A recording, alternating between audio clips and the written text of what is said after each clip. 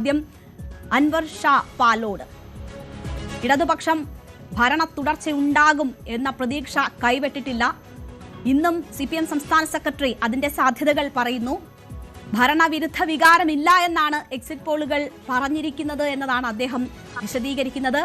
എങ്ങനെയാണ് ഒരു ഭരണ തുടർച്ചയുടെ സാധ്യതയെ താങ്കൾ കാണുന്നത്? രഘു, കേൾക്കാമെന്ന് വിശ്വസിക്കുന്നു. കേൾക്കാം. ഓക്കെ.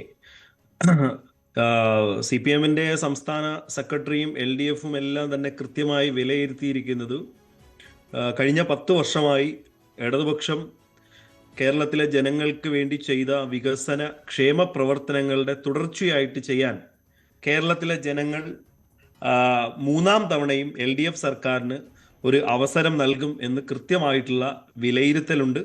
നിയമസഭാ തെരഞ്ഞെടുപ്പിലെ LDF-ന്റെ പ്രകടനമുണ്ട്. അപ്പോൾ ഇതെല്ലാം കഴിഞ്ഞ ഒരു 20 വർഷമായിട്ട് LDF-ന്റെ കയ്യിലിരിക്കുന്ന സിറ്റിംഗ് സീറ്റുകളെ സംബന്ധിച്ച് കൃത്യമായ വിലയിരുത്തലുകളുണ്ട്. ക്ഷേമ പ്രവർത്തനങ്ങളെ കുറിച്ചുള്ള വിലയിരുത്തലുണ്ട്. ഇതെല്ലാം വിലയിരുത്തിയതിനു ശേഷമാണ്, അതൊരു എക്സിറ്റ് പോളിന്റെ അടിസ്ഥാനത്തിലൊന്നുമല്ല, നമ്മൾ മെയ് 4-ാം തീയതി ഒരു എക്സാക്ട് പോളിന്റെ അടിസ്ഥാനത്തിൽ തന്നെയാണ് വിലയിരുത്തുന്നത്. അതുകൊണ്ട് LDF-ന് തുടർച്ചയായിട്ട് മൂന്നാം തവണയും അധികാരത്തിലെത്താൻ കഴിയും എന്നുള്ള ആത്മവിശ്വാസം തന്നെയാണുള്ളത്. ഇപ്പോൾ UDF-നെ സംബന്ധിച്ച് UDF കഴിഞ്ഞ 10 വർഷമായി അധികാരത്തിൽ ഇല്ലാത്തതിനാൽ അവരെ ജനങ്ങൾ തിരികെ കൊണ്ടുവരും എന്നുള്ള ഒരു പ്രതീക്ഷയാണ് അവർക്ക്. കഴിഞ്ഞ 5 വർഷത്തിന് മുൻപേ നടന്ന തെരഞ്ഞെടുപ്പിൽ 2021 നടന്ന തെരഞ്ഞെടുപ്പിന്റെ റിസൾട്ടിന് തലേ ദിവസം വരെയും അന്ന് രാവിലെ വരെയും രമേശ് ചെന്നിത്തല അടക്കമുള്ള ആൾക്കാർക്ക് ഇതേ ശുഭപ്രതീക്ഷയായിരുന്നു.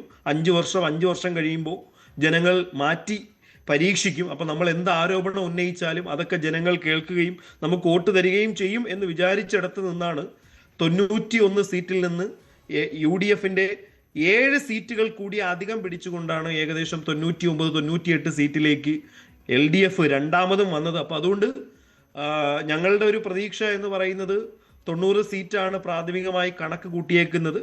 ആ 90 സീറ്റിലേക്കൊക്കെ എത്താനുള്ള സാഹചര്യവും ഉണ്ടാകും എന്ന് തന്നെയാണ് ഞങ്ങളുടെ പ്രതീക്ഷ. മൂന്നാമതും LDF അധികാരത്തിൽ വരും. കേരളത്തിൽ കൃത്യമായിട്ടുള്ള വികസനവും ക്ഷേമ പ്രവർത്തനങ്ങളൊക്കെ നടക്കും. ബാക്കിയൊക്കെ നാളെ മെയ് 4-ാം തീയതിയാണ്. നാളെ കുറച്ച് മണിക്കൂറുകളും കൂടെ ഉള്ളൂ. ആര് തോക്കും ആര് ജയിക്കും എന്നൊന്നും, ഏത് MLA ജയിക്കും MLA തോക്കും എന്നൊന്നൊക്കെ അത് ജനങ്ങളാണ് വിധി എഴുതിയത്. പക്ഷെ ഞങ്ങളുടെ പ്രതീക്ഷ എന്ന് പറയുന്നത് മൂന്നാമതും അധികാരത്തിൽ വരും എന്ന് തന്നെയാണ്. അൻവർ ഷാ പാലോട്, സ്ത്രീ വോട്ടർമാർ വളരെ നിർണായകമാണ് ഈ തെരഞ്ഞെടുപ്പിൽ എന്നതാണ് മനസ്സിലാകുന്നത്. നമ്മുടെ കേരളത്തിലെ സാഹചര്യത്തിൽ സ്ത്രീ വോട്ടർമാർ എല്ലാ കാലത്തും നിർണായകമായിരുന്നു. പകുതിയിലധികം വരുന്ന സ്ത്രീ വോട്ടർമാരുണ്ട്. അവർ ആവേശപൂർവ്വം തന്നെ ഈ തെരഞ്ഞെടുപ്പിൽ വോട്ട് രേഖപ്പെടുത്തിയിട്ടുണ്ട്. അത് ആർക്കും അനുകൂലമാകാം സാഹചര്യങ്ങൾ. അതായത് ഈ പ്രധാനപ്പെട്ട 2 മുന്നണികളും വെച്ചിരിക്കുന്ന പ്രകടന പത്രിക, അവർ അതിൽ പറഞ്ഞിരിക്കുന്ന വാഗ്ദാനങ്ങൾ എന്നത് ഏകദേശം ഒരുപോലെയുള്ളതാണ്. അപ്പോൾ അതിൽ ഏതാണ് സ്ത്രീകളെ ആകൃഷ്ടരാക്കിയത് എന്ന കാര്യം നമുക്കിപ്പോൾ വ്യക്തമല്ല. എന്തായാലും അത് വിധിയായി രേഖപ്പെടുത്തപ്പെട്ട് കഴിഞ്ഞിട്ടുണ്ട്. ഇടതുപക്ഷത്തിന്റെ പ്രതീക്ഷ എന്താണ്? സ്ത്രീ വോട്ടർമാർ ഒപ്പമുണ്ടാകും ഇത്തവണയും എന്ന് പ്രതീക്ഷിക്കുന്നുണ്ടോ?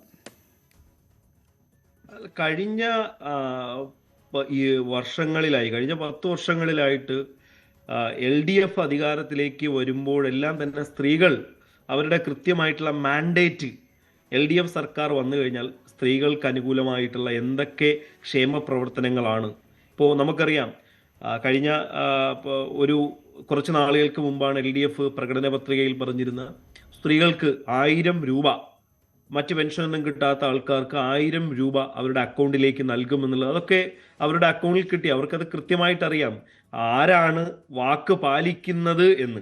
ഇപ്പോൾ സ്വാഭാവികമായിട്ട് ഇപ്പോൾ UDF പറയുന്നത് അവർ അധികാരത്തിൽ വന്നാൽ KSRTC-യിൽ സ്ത്രീകൾക്ക് സൗജന്യ യാത്ര നൽകുമെന്നാണ് പറഞ്ഞേക്കുന്നത്. ഞാൻ ഇതിനെപ്പറ്റി ഒരുപാട് സ്ത്രീകളോട് നിരന്തരം ഈ KSRTC ബസ്സിൽ യാത്ര ചെയ്യുന്ന സ്ത്രീകളോട് ചോദിച്ചു, നിങ്ങൾക്ക് UDF വന്നാൽ ഇത് കിട്ടുമെന്ന് വല്ല പ്രതീക്ഷയുണ്ടോ എന്ന് ചോദിച്ചപ്പോൾ ഇതൊക്കെ ഓരോരുത്തരെ അധികാരത്തിൽ വരാൻ വേണ്ടി കാട്ടിക്കൂട്ടുന്നതല്ലേ, അതൊന്നും ഞങ്ങൾക്ക് വിശ്വാസമില്ല. ഞങ്ങളിപ്പോൾ ഇതിൽ യാത്ര ചെയ്യുമ്പോൾ തന്നെ ഈ KSRTC ബസ്സുകളിൽ വന്നിട്ടുള്ള മാറ്റം എന്താണ് എന്നുള്ളത് നമുക്കറിയാം. ഇന്ന് KSRTC ബസ്സിൽ യാത്ര ചെയ്യുമ്പോൾ TV ഉണ്ട്, അതിൽ ആസ്വദിച്ചു പോകാനായിട്ട് മ്യൂസിക് സിസ്റ്റം ഉണ്ട്, AC ഉള്ള ബസ്സുകൾ വരുന്നു. അങ്ങനെ ഏറ്റവും കൂടുതൽ ഈ പൊതു ഗതാഗത സംവിധാനം ഉപയോഗിക്കുന്ന സ്ത്രീകളാണ്. അപ്പോൾ സ്വാഭാവികമായിട്ട് സ്ത്രീകൾക്കറിയാം ഇങ്ങനെയുള്ള വാഗ്ദാനങ്ങൾ കൊടുത്തു കഴിഞ്ഞാൽ ഈ സംഭവം തന്നെ നശിച്ചു പോകുമെന്നറിയാം. അപ്പോൾ അതുകൊണ്ട് അങ്ങനെയുള്ള വാഗ്ദാനങ്ങളല്ല സ്ത്രീകൾ അംഗീകരിക്കുന്നത്. അവരെ സംബന്ധിച്ച് അവരെ ആരാണോ ചേർത്ത് പിടിക്കുന്നത്, ഇപ്പോൾ അവരുടെ വീട്ടിൽ പെൻഷൻ 60 വയസ്സിന് മുകളിലുള്ള ഒരു അച്ഛനും അമ്മയും ഉണ്ട് എങ്കിൽ ആ സ്ത്രീ അടക്കമുള്ള അമ്മയ്ക്ക് പെൻഷൻ 3000-അടുത്ത് കിട്ടുന്ന ഒരു സാഹചര്യം വരികയാണ്. അപ്പം അത് ആരാണോ കൊടുക്കാൻ വില്ലിങ് ആയിട്ടുള്ളത്, അല്ലെങ്കിൽ ആർക്കാണ് കപ്പാസിറ്റി ഉണ്ട് എന്ന് മനസ്സിലാക്കി കഴിഞ്ഞ 10 വർഷം കൊണ്ട് സ്ത്രീകൾ LDFിനോടൊപ്പമാണ് എന്ന് കൃത്യമായിട്ട് മനസ്സിലാക്കിയതിന്റെ അടിസ്ഥാനത്തിൽ തന്നെയാണ് സ്ത്രീകൾ വോട്ട് ചെയ്തിട്ടുള്ളത്. അത് LDFിന് അനുകൂലമാകും എന്ന് തന്നെയാണ്. അല്ലെങ്കിൽ തന്നെ സ്ത്രീകൾക്ക് വേണ്ടി എന്ത് സംസാരിക്കുന്നവരാണ് UDF. അവരുടെ ഒരു MLA വരെ സ്ത്രീ പീഡനത്തിന് ഈ പറയുന്ന ഏറ്റവും അവസാനം എന്ത് ചെയ്യേണ്ടി വന്നു, കേസിൽ പെട്ടിങ്ങനെ കേസുമായി മുന്നോട്ട് പോകേണ്ട സ്ഥിതിയാണ്. അപ്പം അതുകൊണ്ട് സ്ത്രീകളെ സംരക്ഷിക്കുന്നത് ആര്, സ്ത്രീകളെ ചേർത്ത് പിടിക്കുന്നത് ആര്, സ്ത്രീ ശാക്തീകരണത്തിന് വേണ്ടി പ്രവർത്തിക്കുന്നത് ആരാ എന്നൊക്കെ കേരളത്തിലുള്ള ഏതൊരു വ്യക്തിക്കും അറിയാം. അതുകൊണ്ട് സ്ത്രീകൾ LDFിനോടൊപ്പം തന്നെയാകും എന്ന് തന്നെയാണ് വിശ്വാസം. ശരി. കൂടുതൽ വാർത്തകൾക്ക് News 18 Keralam YouTube channel subscribe ചെയ്യുക.